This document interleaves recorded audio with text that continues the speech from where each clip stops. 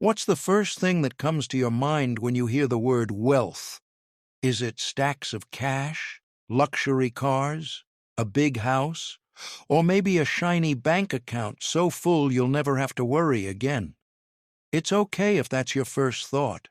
Most of us are taught to believe that wealth equals money. But let me tell you something that I've learned after 75 years of walking on this earth. Wealth isn't what you think it is. It's not the money in your pocket or the possessions you own. Because when you're sitting on your porch at 75, looking back at your life, none of that really matters. I didn't always think this way. I was like most people.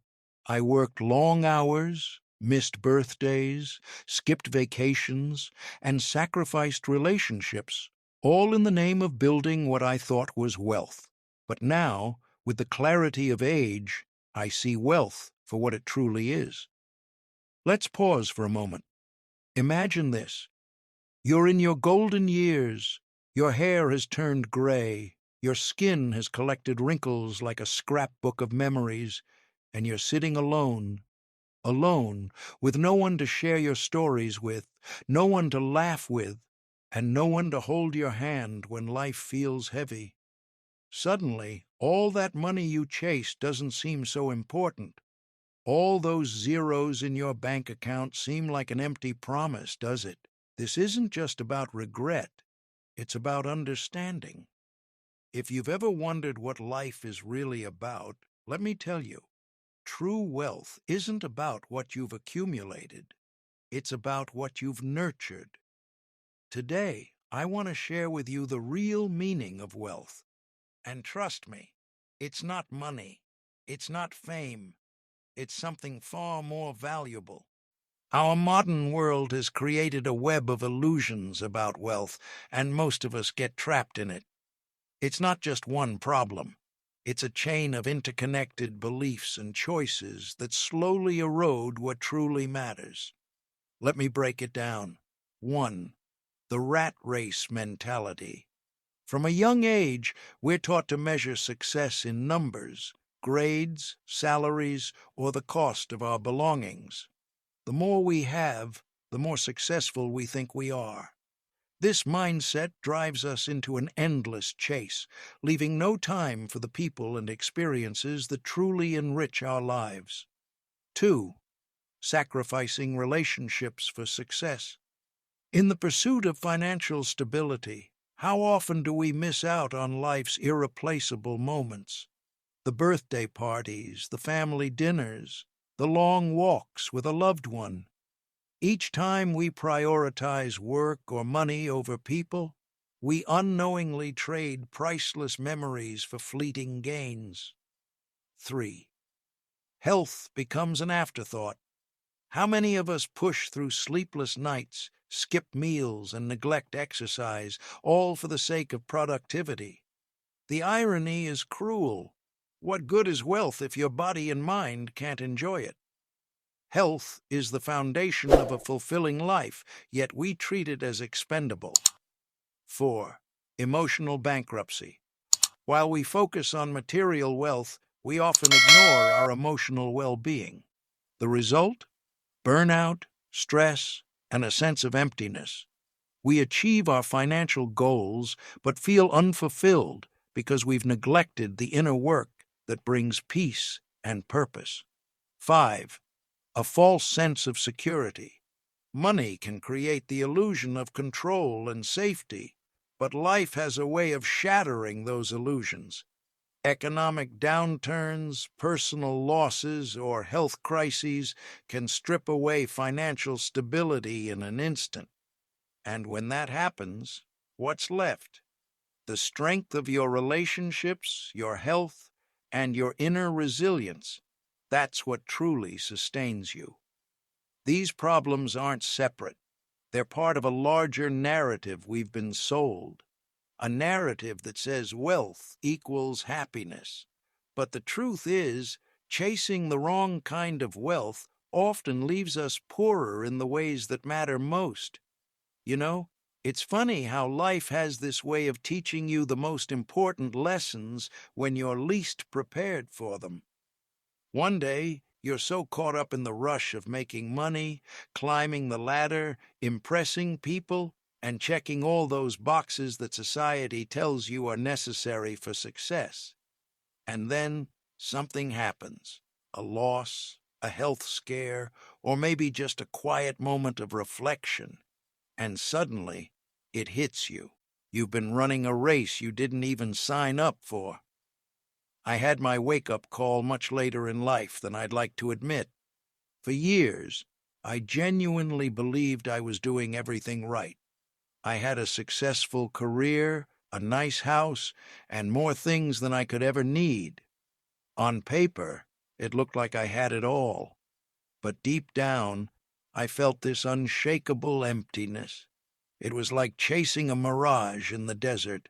The closer I got, the more it disappeared. What changed for me? It wasn't some big dramatic moment. It was a quiet realization during one of the loneliest periods of my life. I was sitting in my living room, surrounded by things I had worked so hard for, and I realized I couldn't name 5 people I could call just to have a meaningful conversation. I had everything, and yet I had nothing. That's when I started looking at wealth differently. You see, society has programmed us to think of wealth as something external. It's the car you drive, the clothes you wear, the vacations you post about on social media. But the truth is, wealth isn't external. It's internal. It's not about what you have. It's about who you are and who you have around you. Think about it. What good is a fancy car if there's no one in the passenger seat to share the ride with? What's the point of a big house if it feels empty because there's no laughter, no warmth, no love? Real wealth, the kind that lasts, isn't about possessions. It's about connections. It's about the people who stand by you, the memories you create, and the peace you feel when you look in the mirror and genuinely like the person staring back at you. I'm not saying money isn't important. Of course it is. We all need money to live, to support our families, to achieve our goals. But money is a tool. It's not the destination.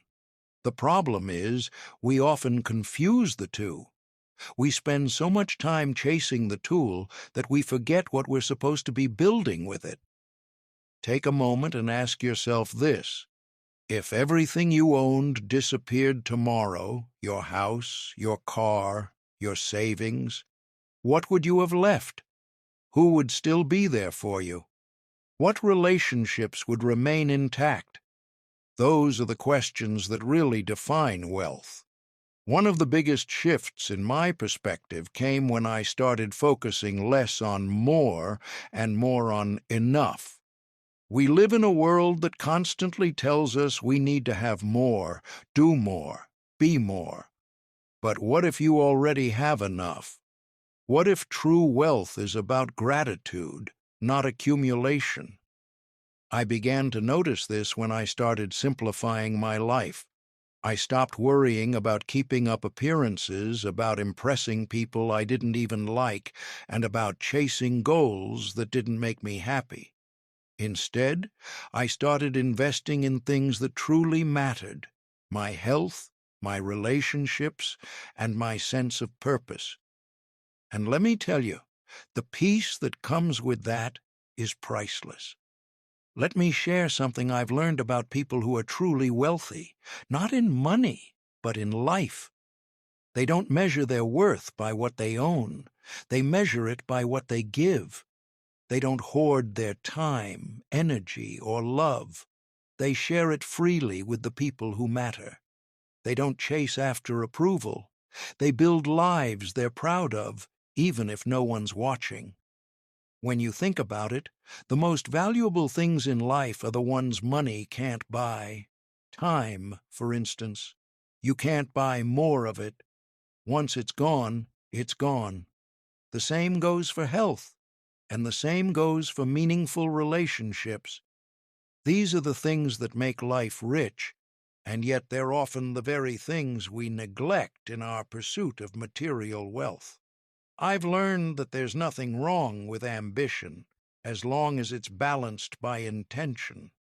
The problem is when ambition turns into greed, when it blinds you to what truly matters, and when it becomes a never-ending cycle of more, more, more.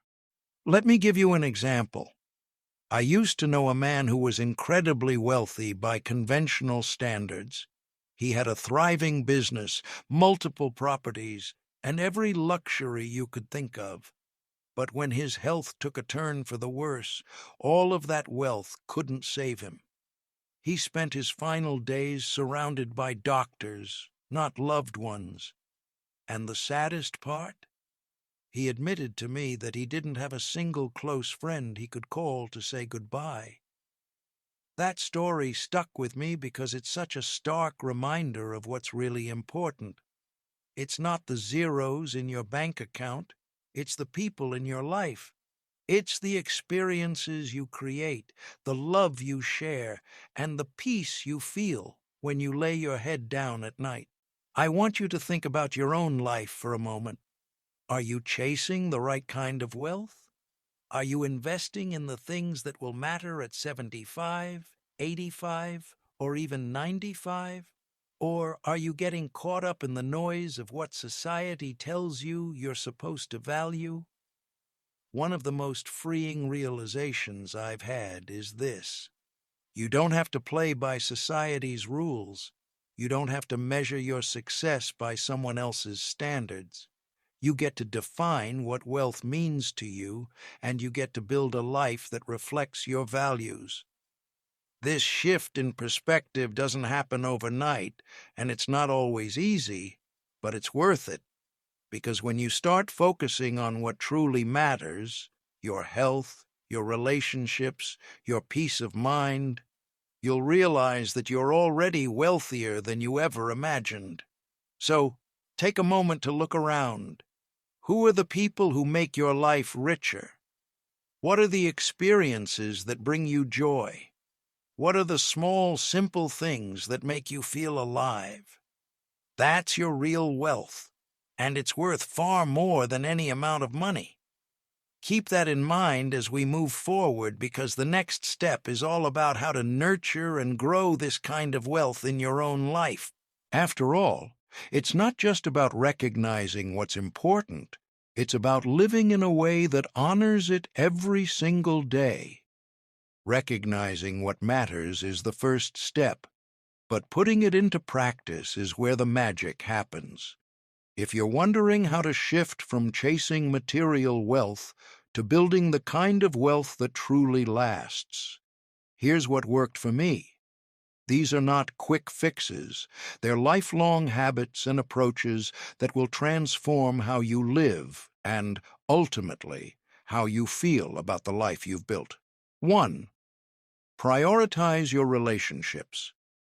If there's one thing I've learned, it's this. People are the most valuable part of life. A supportive partner, close family, or lifelong friends will do more for your happiness than any possession ever could. But relationships don't just happen. You have to nurture them. Take time to connect. Schedule regular phone calls, meet up for coffee, or simply check in with a text message. Show genuine interest in the lives of the people you care about. Listen to them, and be there for them when they need you. It's not about grand gestures, it's about consistency. When I started making time for the people who mattered most, I noticed something incredible. My days became richer, my heart lighter, and my stress more manageable. Suddenly, life didn't feel so lonely anymore. If this advice feels like something you need, tap that like button right now. It's a small step toward holding yourself accountable. 2. Invest in your health. If you don't have your health, nothing else matters. This isn't just about living longer, it's about living better. Your body is the one thing you'll have with you for your entire life, so treat it with care. Start with the basics. Eat nourishing food, stay active, and get enough sleep. These aren't groundbreaking ideas, but they're often overlooked in the hustle of daily life. And don't forget about your mental health. Take time to relax, practice mindfulness, and seek help when you need it. One thing I started doing was taking a daily walk. It might sound simple, but those 30 minutes of fresh air and movement became a time for me to clear my mind, reflect, and recharge. It's now one of my favorite parts of the day. If this advice inspired you to make even one healthy change, let me know in the comments by typing 1. 3. Cultivate gratitude. It's easy to focus on what you don't have. Society constantly reminds us of what we're lacking, whether it's a bigger house, a better car, or the latest gadget. But true wealth comes from appreciating what you already have. Start a gratitude journal. Every day, write down 3 things you're grateful for. They don't have to be big: a kind word from a friend, a beautiful sunset, or even just a good cup of coffee. Over time, you'll start to notice the abundance in your life rather than the scarcity. When I began practicing gratitude, my perspective shifted. Instead of feeling like I was missing out, I started to see how much I already had. It's a simple habit, but it's one that can transform your mindset. If you're following this habit from now onwards, then type 2 in the comment section. 4. Pursue purpose, not perfection. One of the biggest traps in life is the pursuit of perfection. We strive for the perfect job, the perfect home, the perfect image, but perfection is an illusion. Purpose, on the other hand, is real, and it's attainable. Ask yourself, what gives your life meaning? Is it helping others, creating something beautiful, or simply being the best version of yourself? Whatever it is, focus on that. Let go of the need to impress others or meet society's expectations. Live for what truly matters to you. For me, finding purpose meant volunteering. I started dedicating a few hours a week to mentoring younger people in my community. It gave me a sense of fulfillment that no paycheck ever could. 5. Simplify your life. We often complicate our lives by trying to do too much, have too much, and be too much. But simplicity is where true freedom lies. Declutter your home. Say no to commitments that don't align with your values. Focus on what truly brings you joy, and let go of the rest. When I simplified my life, I felt an incredible sense of relief. I wasn't constantly chasing after the next thing. Instead, I had time and energy for what really mattered: my health, my relationships, and my passions. 6. Focus on experiences, not things. It's tempting to spend money on possessions. A new car, a bigger house, or the latest tech might bring a moment of happiness, but it's fleeting. Experiences, on the other hand, create memories that last a lifetime. Take a trip, even if it's just a short drive to a nearby town. Try something new, like a cooking class or a dance lesson. Spend time with loved ones doing things you enjoy. These are the moments you'll cherish when you're older. One of my favorite memories is a simple one: a family picnic in the park.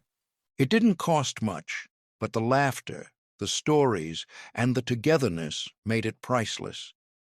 7. Practice generosity. Giving is one of the most rewarding things you can do.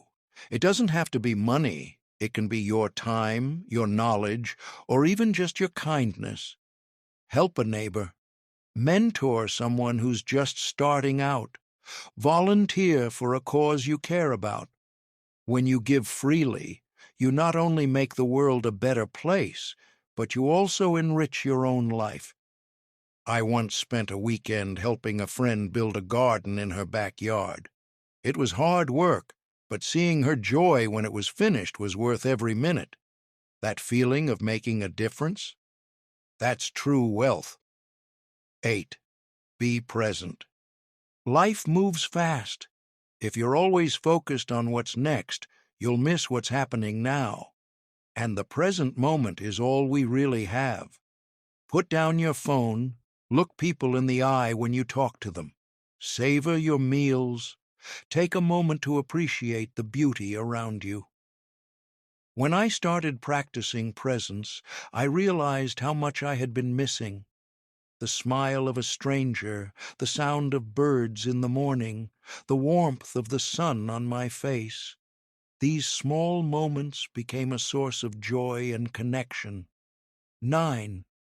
Keep learning. Growth doesn't stop when you finish school.